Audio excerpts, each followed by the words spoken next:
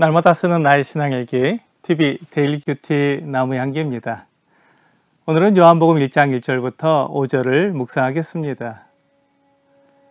태초에 말씀이 계시니라. 이 말씀이 하나님과 함께 계셨으니 이 말씀은 곧 하나님이시니라.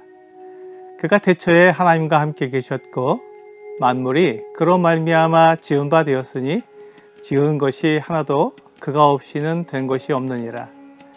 그 안에 생명이 있었으니 이 생명은 사람들의 빛이라.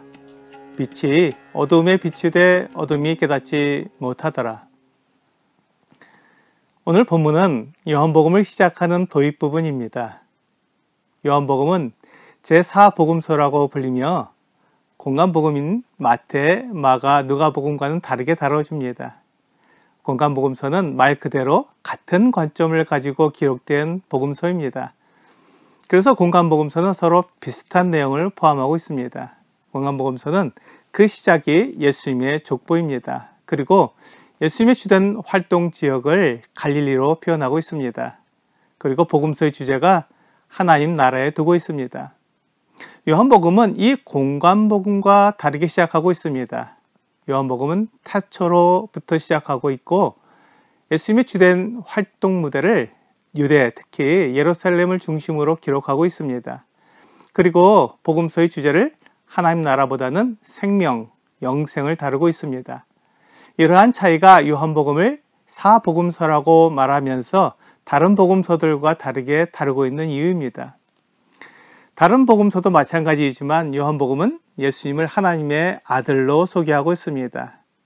요한복음은 이 부분을 분명하고 직설적으로 표현하고 있습니다.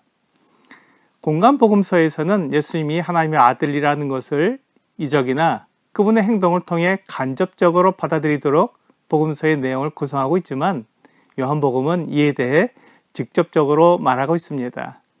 그래서 요한복음을 읽을 때 예수님이 누구신지 정확히 알 수 있습니다. 사실 요한복음은 그 기록 목적을 본문에 나타내고 있습니다. 요한복음 20장 31절은 이렇게 말씀하고 있습니다. 오직 이것을 기록함은 너희로 예수께서 하나님의 아들 그리스도이심을 믿게 하려 하며 또 너희로 믿고 그 이름을 힘입어 생명을 얻게 하려 함이니라. 요한이 이 복음서를 기록한 목적은 예수께서 하나님의 아들이심을 믿게 하려는 것입니다. 요한은 이 목적을 벗어나지 않고 처음부터 마지막까지 예수님의 행하심과 말씀하신 것을 기록했습니다. 그래서 오늘 우리가 다루게 되는 본문도 이 기록 목적을 통해서 이해할 수 있습니다. 요한은 예수님을 소개할 때 말씀으로 소개하고 있습니다. 그러면서 하나님과 함께 계신 말씀이고 이 말씀으로 만물을 지으셨다고 소개하고 있습니다. 요한은 말씀을 하나님과 구분된 한 인격으로 소개하고 있습니다. 요한복음을 태초로 시작하고 있기 때문에 창세기 1장 1절에 태초에 하나님이 천지를 창조하시니라는 말씀을 떠올리게 합니다. 그러니까 요한복음은 하나님이 이 세상이 지어지기 전부터 계신 분이라고 소개하고 있습니다. 물론 하나님의 말씀 역시 이 세상 만물을 지으신 분이고 하나님과 함께 계신 분이기 때문에 이 세상을 지으시기 전부터 계신 분으로 소개하고 있습니다. 창세기에서 하나님은 말씀하심으로 이 세상 모든 것들을 지으셨습니다. 빛이 있으라고 말씀하시자 빛이 있었습니다. 물 가운데 궁창이 있어 물과 물로 나뉘라고 말씀하시자 궁창 위의 물과 궁창 아래의 물로 나뉘었습니다. 천하의 물이 한 곳으로 모이고 묻히 드러나라고 말씀하시자 그대로 되었습니다. 이와 같이 하나님께서 원하시는 것을 말씀하시자 모든 것이 다 하나님의 뜻대로 이루어진 것입니다. 이렇게 하나님의 뜻을 이루게 한 그 능력이 말씀에 있기에 이 말씀을 하나님의 아들로 소개하고 있는 것입니다. 그래서 이 말씀이 하나님과 함께 계셨기에 이 말씀은 곧 하나님이시라고 선언하는 것입니다. 하나님의 아들은 하나님이십니다. 빌립보서 2장 6절은 이에 대해 분명하게 말하고 있습니다. 그는 근본 하나님의 본체시나 하나님과 동등됨을 취할 것으로 여기지 아니하시고 히브리서 1장 2절과 3절도 같은 내용을 말씀하고 있습니다. 이 모든 날 마지막에는 아들을 통하여 우리에게 말씀하셨으니 이 아들을 만유의 상속자로 세우시고 또 그로 말미암아 모든 세계를 지으셨느니라. 이는 하나님의 영광의 광채시여 그 본체의 형상이시라.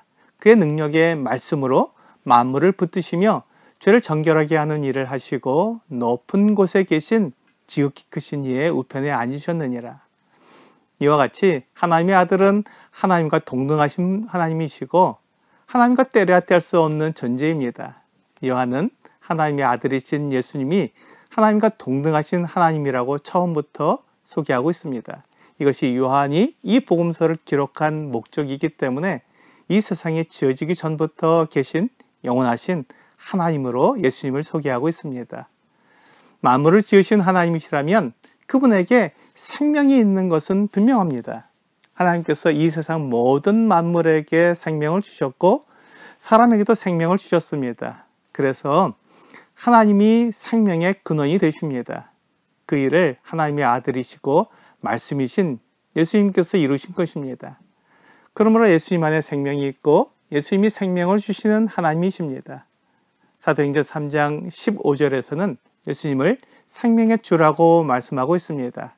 생명의 근원, 생명을 주고 나시는 자라는 뜻의 생명의 주라는 말씀은 예수님 안에 생명이 있고 예수님이 원하는 사람에게 생명을 줄 수 있는 분이라는 것을 말하고 있습니다.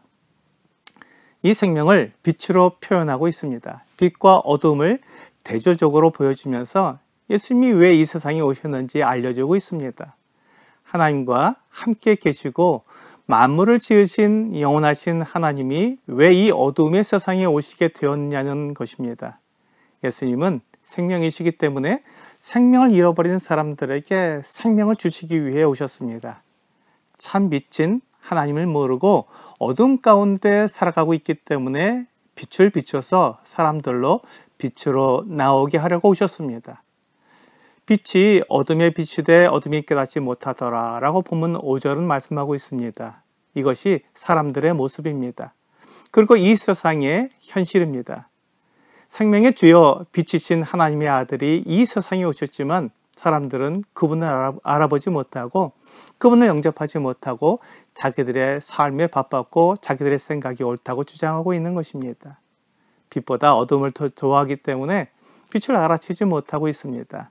하지만 요한은 사람들이 이 빛, 이 생명을 알아보고 믿음으로 생명을 얻게 하려고 이 복음서를 기록했습니다. 오늘의 적용 질문을 보겠습니다. 당신이 알고 있는 예수님은 어떤 분이십니까?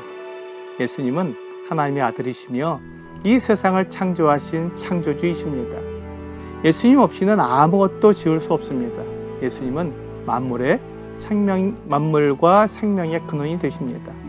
오늘 예수님이 만물의 창조주이시며 모든 생명의 근원이신 분이라는 것을 믿고 영접하는 여러분과 제가 되기를 주 예수님의 이름으로 기도합니다.